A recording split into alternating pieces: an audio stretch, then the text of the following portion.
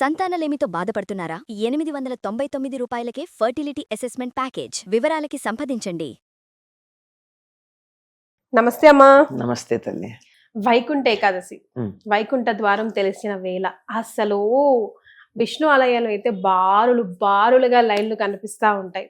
వైకుంఠ ఏకాదశి రోజు ముఖ్యంగా మనం చేయవలసింది ఏంటి? ఆ రోజు ఒకవేళ పెద్ద ఆయన్ని చూడడం మిస్ అవుతే మా పరిస్థితి ఏంటి? ఆయన్ని మనం చూడాలా, మనని ఆయన చూడాలా? ఆయన మనల్ని చూడాలి. ఆయన మనని చూడాలి అంటే ఆయన మనని చూడాలి అంటే మనం గుడికి వెళ్ళి తోపులాట్లో పడి అని మోచేతులతో ఇట్లా తూచుకుంటూ నన్ను ముందళ్ళని అని అవతల వాళ్ళని విసుక్కుంటూ ఇలాంటివన్నీ చేస్తే మన వంక దేవుడు చూస్తాడా? చూడడు. అంతే కదా. వైకుంఠ ద్వారం అన్నది ఉత్తర ద్వార దర్శనం అంటారమ్మా దీన్ని. యోగ నిద్ర ముద్రితుడైనటువంటి శ్రీ మహావిష్ణువు మేలుకుంటాడు. ఆషాఢ శుద్ధ ఏకాదశి నాడు ఆయన నిద్రకి ఉపక్రమించిన వాడు ఇప్పుడు మేలుకుంటాడు. ఆ ద్వారం నుండి ఎందుకు వస్తారు చెప్తాను. మేలుకున్న తర్వాత ముందుగా తన పడుకున్న చోటు నుంచి ఇంట్లోకి వస్తాడు, వీధిలోకి రాడు కదమ్మా ఎవరైనా, అవునా కదా. దివానే ఖాస్ దివానే ఆమ్ అంటారు ఇక్కడ మనకు ఒక పదం. అంటే ఆత్మీయులైనటువంటి వాళ్ళకి దివానే ఖాస్, ముఖ్యమైన వాళ్ళకి లోపల ఇంటి లోపల దర్శనమిస్తారు. దివానే ఆమ్ ప్రజలంతా ఎదురు చూస్తూ ఉంటే బయటకు వచ్చి నన్ను చూసుకోండి అని దర్శనమిస్తారు. అందరికి ఉంది కదా, అందరు ఉంది కదా. పబ్లిక్ కి కనపడేది వేరు, ఆత్మీయులకు దర్శనమిచ్చేది వేరు. ఈయన తాను పడుకున్నటువంటి చోటు నుంచి, మన భాషలో చెప్పుకోవాలంటే ఆయనకి మనలాగా ఉంటుందని కాదు సుమా, అర్థం కావడానికి చెప్పడం, పడక గదిలో నుంచి హాల్లోకి వచ్చాడు అనుకోమ్మా, అక్కడ ఉండే దర్శనం అన్నమాట ఇది. బయటికి వచ్చేది తర్వాత. అందుకని ఉత్తర ద్వారం అటుపక్క నుంచి లోపలికి వెళ్ళే దర్శనం. ఉదాహరణకి మనం తిరుమలే, మీరు ఇందాకే అన్నారు కదా, తిరుమల దర్శనం మాట. దానికి వెళ్తూ ఉంటే ఇలా నేరుగా క్యూలో పెడుతున్నాం కదా. మనకి ప్రెసిడెంట్ ద్రౌపది ముర్ము గారు వచ్చినా, నరేంద్ర మోడీ గారు వచ్చినా ఎటు నుంచి తీసుకెళ్తారా? మనం వెళ్ళే క్యూ సైడ్ నుంచి తీసుకెళ్తారా? వెళ్ళరు. ఆ పక్క నుంచి హుండీ ఉంది కదా, హుండీ వెనక నుంచి మహాద్వారంలో నుంచి లోపలికి తీసుకెళ్తారు. ఆ ద్వారానికి ఈ ద్వారానికి తేడా ఉందా లేదా? ఉంది. ఆ ద్వారం ఇది. వైకుంఠ ద్వారం దగ్గర ఆయన దర్శనం ఇస్తాడు అని చెప్పి, అంటే వైకుంఠానికి ఉత్తరం వైపు ఉన్న ద్వారంలో ఆయన లేచి బయటకు వచ్చి అక్కడి నుంచి బయట వైపుకి తూర్పు దిక్కుగా ఉండే వైపు అందరి వైపుకు తిరిగి అక్కడ ఎదురు చూస్తున్న వాళ్ళకి దర్శనం ఇస్తాడు. మొదటి దర్శనం కావాలని తాపత్రయపడుతూ ఉంటారు కదా. ఈ తాపత్రయంలో మొదటి దర్శనం అన్న దాని మీదే మన దృష్టి ఉంది, కానీ దేవుడి మీద లేదు. మరి అటువంటి దర్శనం కోసం నిజానికి ఎదురు చూస్తూ ఉండేటటువంటిది.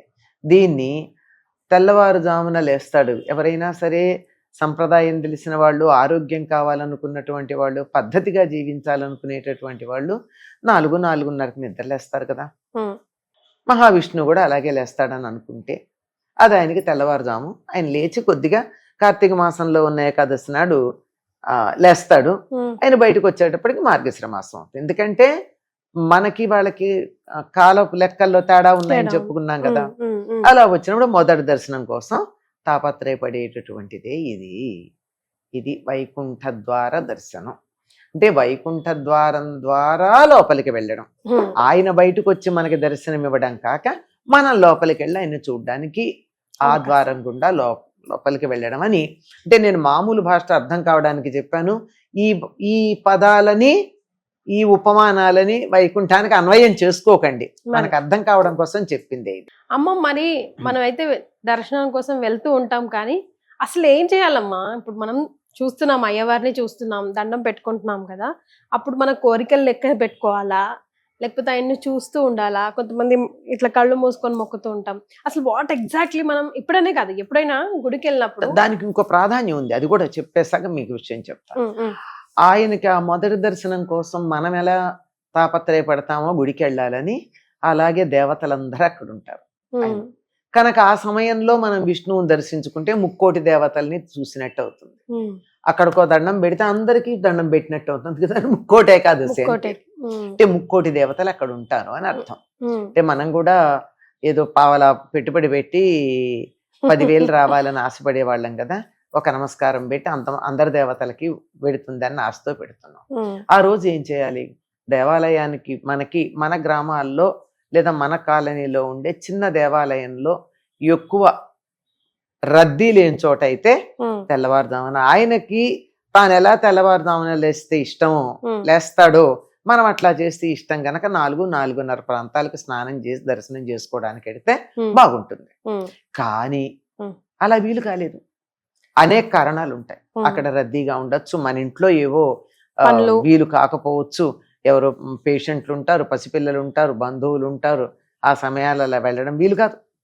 అట్లాంటప్పుడు ఇంట్లోనే ఆ సమయానికి దైవానికి పూజ చేసుకుంటే చాలు. ఆయన నిద్ర లేచి తాజాగా ఉంటాడు. ఇంకా ఈనాటి వ్యవహారాలు ఏవి బుర్రలోకి ఎక్కలేదు. నిద్ర లేవంగానే హాయిగా నిద్రపోయి మెలకు వచ్చినప్పుడు ఎంత సుఖంగా ఉంటుందో, తాజాగా అంత తాజాగా ఉంటాడు గనక ఆయనకి మనం ఇచ్చేటటువంటి అప్లికేషను చాలా త్వరగా చేరుతుంది. కనుక మనం ఆ సమయంలో ఇంట్లో ఉన్న ఆయన్ని తలుచుకోవచ్చు. సాధారణంగా ఆ రోజున విష్ణు సహస్రనామం చదవడం లాంటివి చేస్తూ ఉంటారు. దండం పెట్టే విధానం నాకు చెప్పండి అమ్మా. అంటే నిజంగా అదే దేవుడికి దగ్గరికి వెళ్ళాక చాలా మంది ఏం చేస్తారంటే కళ్ళు మూసుకుంటారు. కళ్ళు మూసుకోవడం అన్నది తన్మయత్వానికి చిహ్నమే గాని దేవుణ్ణి చూడం కదమ్మా. తిరుపతికి వెడతాము, క్షణం కూడా ఉండనీరు మన్ని, క్షణం కూడా ఉండనీనప్పుడు అక్కడి నుంచి బయటకు వచ్చేస్తే అక్కడ ఉన్న కాసేపు కళ్ళు మూసుకుని దండం పెట్టుకుంటే అసలు దేవుడు ఎట్లా ఉన్నాడో మనకి తెలీదు. ఎన్నో సార్లు అసలు వెంకటేశ్వర స్వామి ఎట్లా ఉన్నాడు అని ఆయనే మాయ చేస్తాట గుర్తుండకుండా ఉండేట్టు. బయటకు వచ్చాక ఇమాజిన్ లోకి దొరకడు అసలు అలా ఆయన చేసే పని అట్లా ఉంచి మనం కూడా అలాగే చేస్తాం కదా, అక్కడికి వెళ్ళి కళ్ళు మూసుకుంటాం. నిజమే, కళ్ళు మూసుకోవాలి. ఎప్పుడు ఆయన్ని చూస్తూ నమస్కారం చేసుకుని యువతలకు వచ్చాక కళ్ళు మూసుకుని ఆ చిత్రం మనసులో భద్రపడేటట్టుగా అప్పుడు కళ్ళు మూసుకోవాలి, బయటకు వెళ్ళకూడదు. ఇలా చూడాలి, చూసి ఆ తర్వాత యువతలకు వచ్చి కళ్ళు మూసుకోవాలి. అప్పుడు అలా లోపల భద్రంగా ఉండిపోతాడు, సేవ్ అయిపోయి ఉంటుంది.